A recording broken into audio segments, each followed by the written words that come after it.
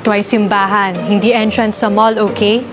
Ugaliing pumasok ng maayos at tahimik papunta sa iyong upuan.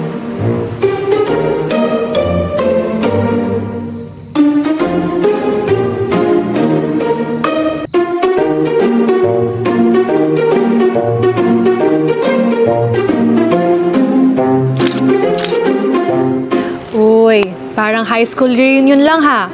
Save the chika for later. Sa simbahan, tahimik at nakikinig lang tayo.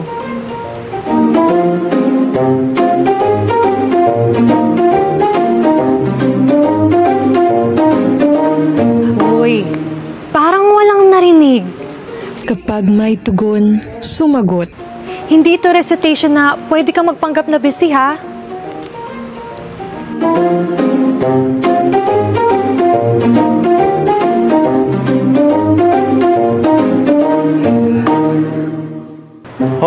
Hosanna in the highest, Hosanna in the... Alam namin na maganda yung boses mo. Pero tandaan, sa simbahan, ang pagkanta ay community singing, hindi solo concert. In the highest.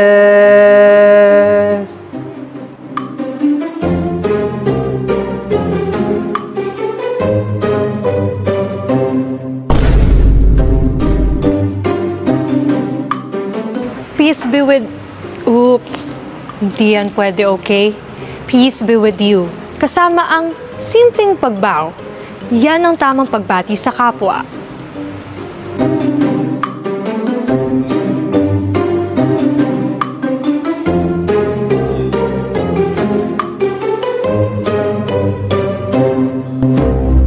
Paalala lang, ikaw ay nakapila para tanggapin ang komunyon sa Panginoon. Hindi para sumakay ng tricycle.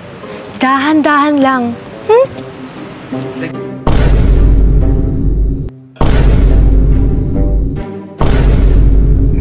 Talaga naman, ang dami eksena, ang daming galaw. Simple lang. Tumugon ng amin, gumilid, ilagay ang ostya sa iyong bibig, magpasalamat sa Panginoon at bumalik sa iyong upuan.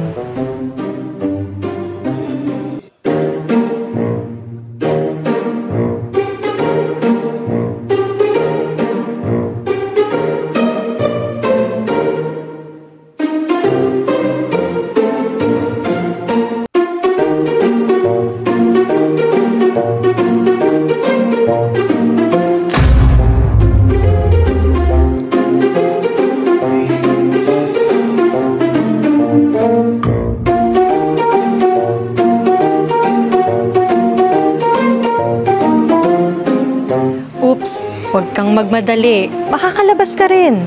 Pero hintayin muna ang huling basbas bago kumilos palabas ng simbahan.